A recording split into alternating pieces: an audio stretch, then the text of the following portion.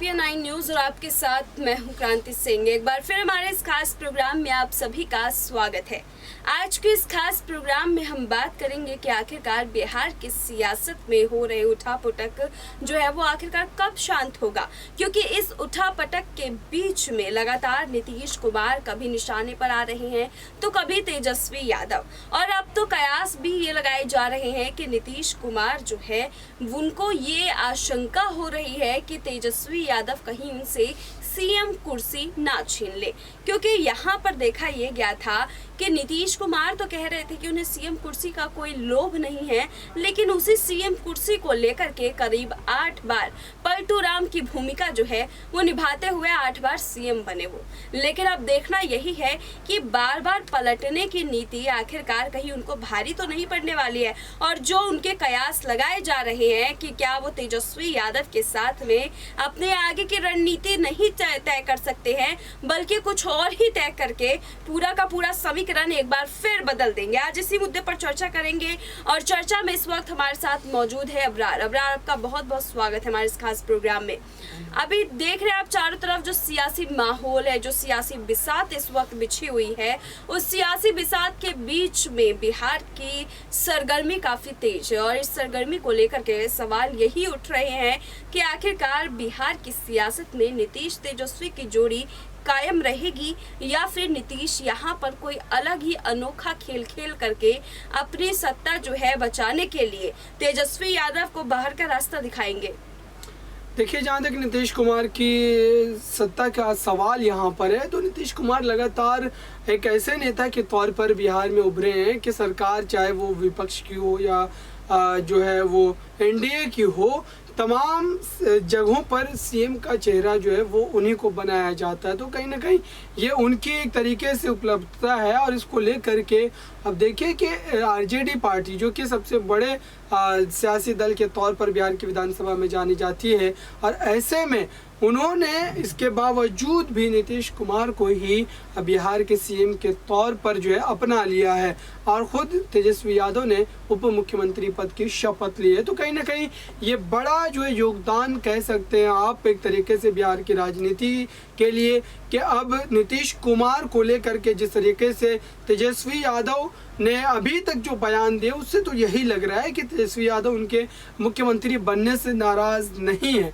लेकिन आने वाले दिनों में अगर फैसलों को लेकर के दोनों के बीच तकरार बढ़ती, क्योंकि जाहिर सी बात है तेजस्वी यादव अपने हिसाब से फैसला लेना चाहेंगे, साथ ही उनके पार्टी के साथ ज़्यादा विधायक हैं, तो उनका जो दबदबा है वो ज़्यादा रहेगा सरकार में मुख्यमंत्री रहने के बावजूद भी।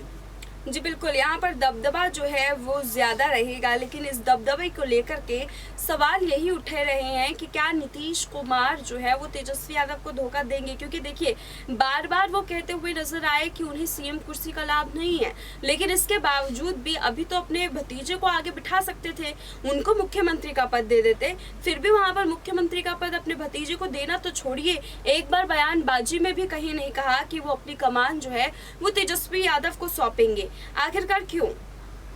देखिए, तेजस्वी यादव को अगर सीएम की कुर्सी दे दी जाती तो फिर नीतीश कुमार के राजनीतिक जीवन पर भी एक तरीके से सवालिया निशान लग जाता, क्योंकि तेजस्वी यादव का मुख्यमंत्री बनना इसका मतलब कि नीतीश कुमार को उसके अंतर्गत काम करना पड़ता। तो ऐसे में अनुभव के लिहाज से अगर देखा जाए तो नीतीश कुमार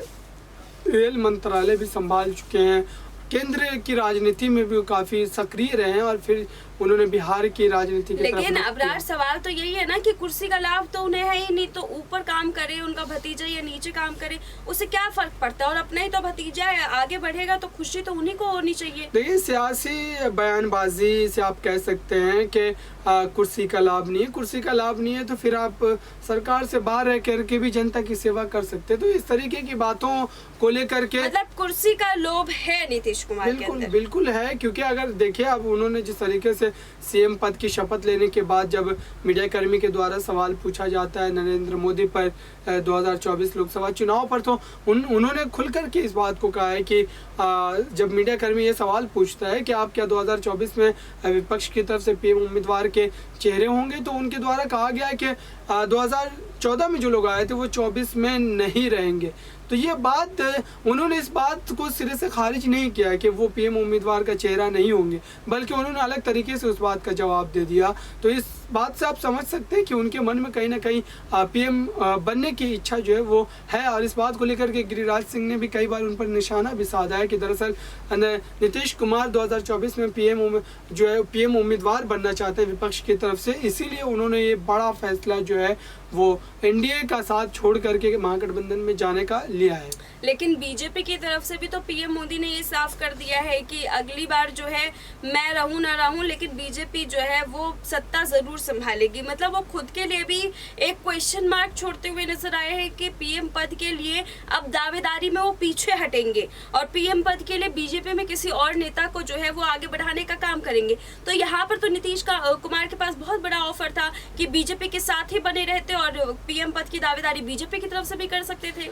देखिए, सत्ता पक्ष को भी ये बात बखूबी मालूम है कि नीतीश कुमार भले ही पीएम उम्मीदवार का चेहरा तो बन जाएंगे, लेकिन जीतने वाले नहीं, क्योंकि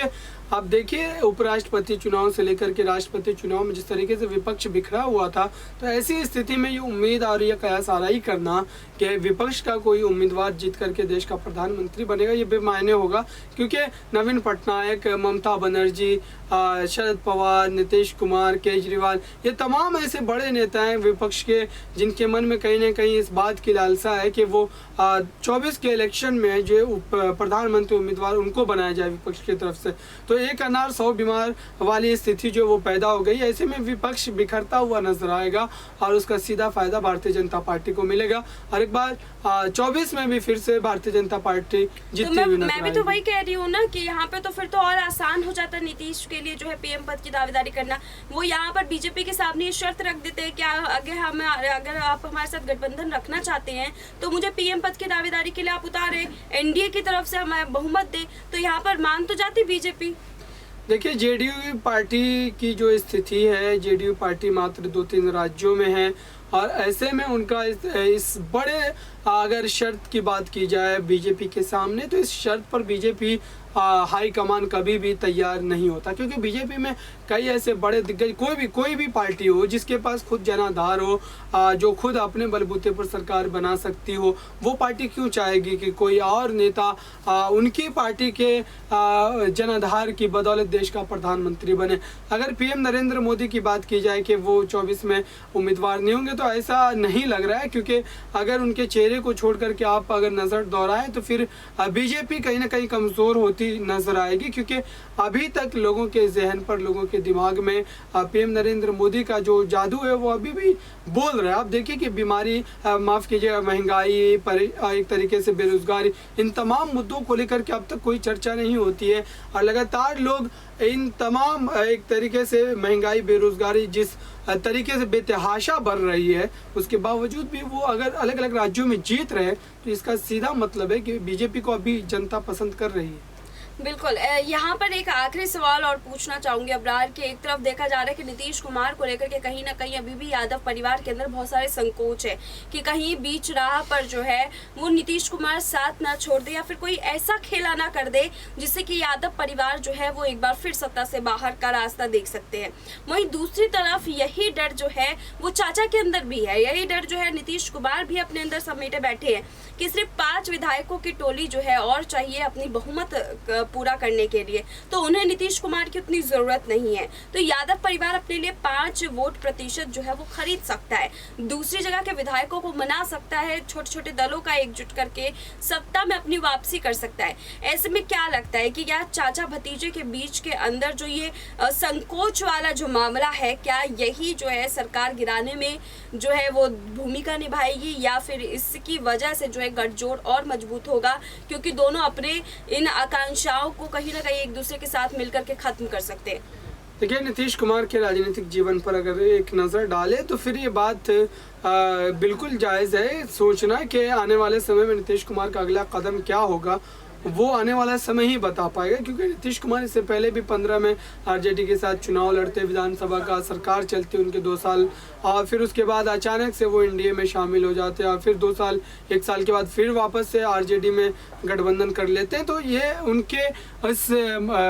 तरीके से देखिए राजनीतिक जो उनकी समझ बूझ है उस पर भरोसा नहीं किया जा सकता है। वो कभी भी किसी भी खेमे में जाने के लिए तैयार रहते हैं, और वो आरजेडी के जो एक तरीके से सर्वे सर्वा लीडर कहे जाते तेजस्वी यादव, उनके ऊपर जिस तरीके से भ्रष्टाचार के आरोप लगे थे और उन आरोपों के हवाला को देते हुए उन्होंने आरजेडी से गठबंधन को तोड़ लिया था। तो आने वाले समय में अगर ऐसी स्थिति पैदा होगी तो फिर नीतीश कुमार फिर से ऐसा कदम उठाने पर मजबूर हो जाएंगे और आरजेडी को बड़ा झटका लगता हुआ नजर आएगा। बिल्कुल, यहाँ पर चारों तरफ सियासी घमासान मचा है। इस सियासी घमासान के बीच में बीजेपी और बिहार की रणनीति और एक तरफ नीतीश और तेजस्वी, इन तमाम चेहरों को लेकर के हम एक बार फिर आपके सामने हाजिर होंगे। फिलहाल मुझे दीजिए इजाजत, नमस्कार।